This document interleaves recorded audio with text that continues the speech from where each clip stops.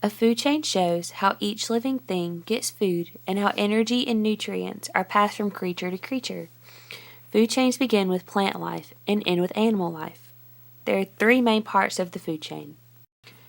Producers are the first part of the food chain. Plants are known as producers because they produce their own food.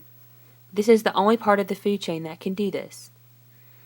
Plants produce their own food through a process called photosynthesis. The plants use light energy from the sun, carbon dioxide from the air, and water from the soil to produce their own food in the form of glucose or sugar. This becomes the plant's energy. The second critical part of the food chain are called consumers. Animals are known as consumers because they cannot create their own food. They must consume other plants or animals to obtain energy. There are three main types of consumers. The first group of consumers are called herbivores. Herbivores are animals that eat only plants. The second group of consumers are called carnivores. Carnivores are animals that only eat other animals. The third group of consumers are called omnivores. Omnivores are animals that eat both plants and animals.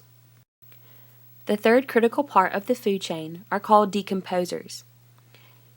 Fungi and bacteria are known as decomposers, and they eat dead plants and animals and then decompose them and turn them back into nutrients, which are released back into the soil and utilized by plants to grow. Food chains make a full circle due to the fact that energy is passed from organism to organism, producer to consumer to decomposer, and back to producer. There can be many organisms in a food chain, but not too many, or the animal at the end would not get enough energy.